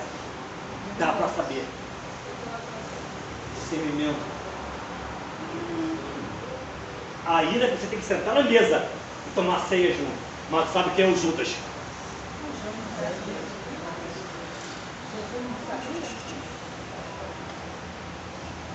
Ok, pessoal? Oi? Deixa eu falar uma coisa. Esse pedir, hoje em dia nas igrejas se usa muito assim, né? Para pedir carro, para pedir casa. Porque eu tenho um pensamento assim, eu sempre tive. Eu separo a minha vida material da minha vida espiritual. Não é errado pedir. Só que o que é errado é a gente ficar falando nesse campo da petição. Lembra já falei isso várias vezes, da multiplicação de 5 pães e 2 peixes? Sim. Não é? Sim. Isso aqui tem uma analogia também. Eu vou trazer para vocês, não é numerologia, mas são os números de Deus. 1, 2, 3, 4, 5, 6, 7. Dá para saber. A questão é o seguinte, quer ver? Que a Marta está falando ali. Existem 2 números de Deus perfeitos, não existe? É o 7 e o 2. Não é isso? Só que o 7 é uma petição, é um pedir, é aquilo que é terreno. E o 12 é aquilo que é divino. Quando o povo está passando necessidade, que quando se despedir para comprar, que ia fechar tudo, que não tem mais coisa, o que ele fala? O que nós temos aí? 5 pães, 2 peixes. É o alimento terreno. É aquilo que é terreno, é aquilo que é passageiro. É aquilo que eu peço e é transitório. Lembra que Jesus falou? Vossos pais comeram no deserto maná e morreram. Mas eu sou o pão vivo. O maná terreno, você come, acabou, morreu. Mas o divino não, é eterno. Eu tenho 5 pães e 2 peixes, tem 7. Alimentou? Pedi material, alimentado. Físico, terreno, corpo. Mas é a minha alma. O que sobrou? 12 cestos. Aí a multidão que foi alimentada foi atrás de Jesus. Por quê? No culto da campanha das 7 quarta-feiras, receberam 5 pães e 2 peixes. Vão voltar na próxima campanha para pegar mais pão e peixe. Para ficar sempre no campo da petição, daquilo que é terreno. A chave, o carro, a casa, o emprego, o sapato novo, a roupa. Mas o que é espiritual? E aquilo que é divino, que é eterno? Eu estou buscando a mesma multidão que recebeu isso, em vez de atentar para os 12 cheios, ficaram só nos 7 que é terreno. Ou seja, em vez de você arrumar emprego, tu fica pendurado no Bolsa Família. Exatamente. Aí o que aconteceu? O que aconteceu, Wagner? Eles vão atrás de Jesus. Ou quarta-feira que vem tem uma campanha. Na semana passada, eu consegui essa porta. Quem sabe se eu fizer mais 7 quarta-feiras, eu conseguir algo mais terra. Aí vão atrás de Cristo. Aí eu disse, mestre, aquela multidão que o senhor alimentou, está de volta aí no culto, que é mais uma campanha de quarta-feiras. Aí Jesus, despede-se deles. Jesus não tem nenhum trabalho de ir pessoalmente, mandou os discípulos irem. Sabe por quê? Eles não querem a mim. Eles não querem a cura da alma. Eles só querem 5 pães e 2 peixes. Ou seja, só quer abençoador, só quer abençoador. Vão ficar aleatoriamente buscando 5 pães e 2 peixes. Mas vão comer esse maná e vão morrer no deserto. Mas quem come o pão vivo que desceu do céu é capaz de sair do deserto e buscar. Não é? Dá uma pregação. Por conta disso que ele optou em chamar 12 discípulos assim a primeiro momento? 12 tem uma numerologia certinha. 12 tribos, 12 discípulos, 12 vezes. Deve ter analogia em cima de você também, ó. Eu tenho um estudo falei para vocês, do 1 ao 12. Tem detalhado. Assim, eu não lembro muito bem não, porque é muito complexo, só você lendo isso. Mas tem aqui, ó. Aí vai. Esse aqui é a proposital. Por que 5, 2? 5 pães e 2 peixes. Tem um propósito aqui. Por quê? tem 5 pedras, tem, por exemplo, 5 não chega a ser 6. Deus limitou somente 5. E 6 é o número do homem e o número da besta. Então, ficou limitado a 5. É 6 menos 1. E o 2? O 2, nós nunca vai chegar a ser 3, porque 3 é o Espírito Santo. Deus Pai e o Espírito Santo. Então, aqui é só o que é terreno. Tem um estudo sobre isso aí. Vai chegar a 7, que é o número da perfeição de Deus na terra. Só que Deus te alimenta da terra, mas quer chegar no espiritual. Ele vai te curar da cegueira. Ele vai dar vista ao cego. Ele vai ressuscitar mortos.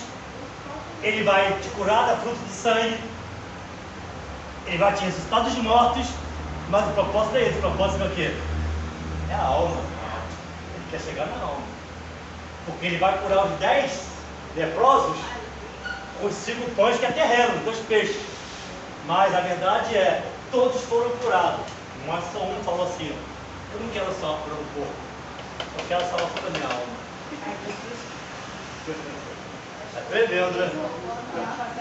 Eu vi um vídeo que eu fala a respeito disso aí. E todo dia que ele fez, cura e tudo mais, foram curados, mas morreu. Alguns não teve salvação. Exatamente. Não teve salvação. Você acha que a igreja não tem isso hoje em dia? Quer ver, gente? Vamos dar um exemplo aqui. Vamos dar um exemplo aqui, vamos ser reais. Vamos ser sinceros. Culto de doutrina.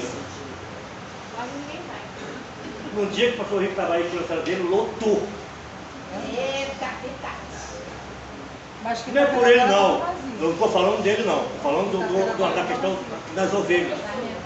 No quinta-feira seguinte, ninguém.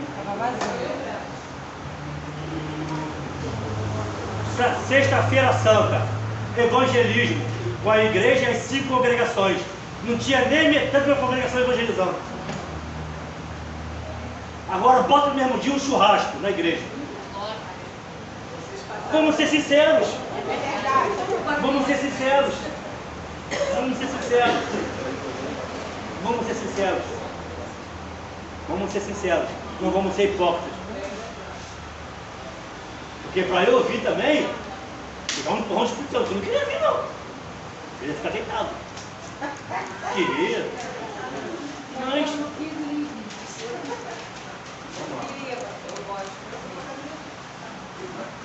Então, pessoal, bibliologia é isso.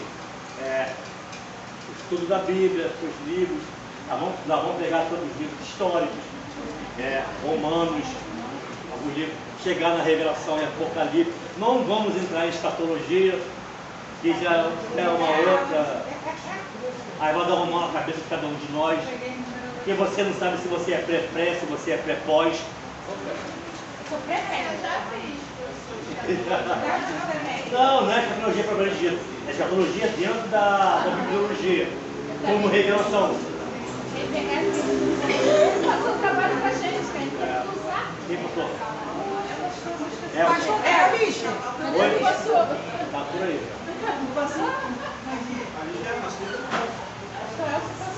Gente, a lista tá aí? A lista, gente. Vai. Então vamos lá.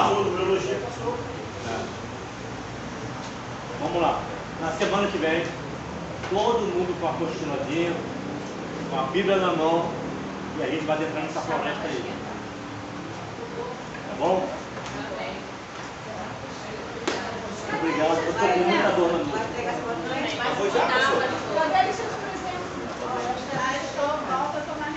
Vem cá, eu queria tirar uma foto de vocês, posso? 2 horas. Senta todo mundo aí.